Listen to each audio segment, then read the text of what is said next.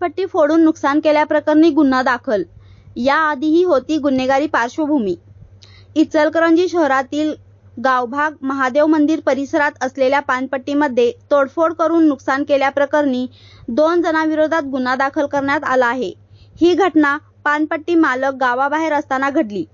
या प्रकरणी महादेव मांडवकर वय 53 राहणार विक्रमनगर आणि नितेश मारुती पाटील वय 32 यांनी संजय तारदाळे राहणार गावभाग बाजी कोरवी राहणार कोरवी गल्ली वैभव कोरवी निखिल दुधाणे यांच्याविरुद्ध तक्रार दाखल केली आहे।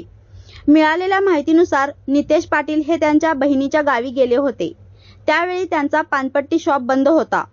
दरम्यान गाळा मालक पिंटू कोळी यांनी नितेश यांना फोन करून सांगितले की त्यांच्या पानपट्टीची तोडफोड झाली असून नुकसानही झाले आहे।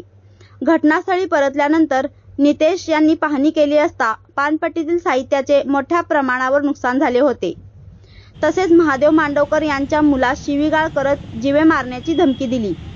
या प्रकरणी नितेश पाटील व महादेव मांडवकर यांनी संबंधित पोलीस ठाण्यात फिर्याद दिली असून या प्रकरणाचा तपास पोलीस नाईक पुरणे हे करत आहेत।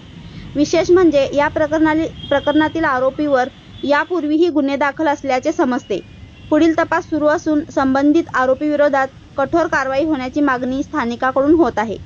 MS51 न्यूज करिता मुबारक शेख।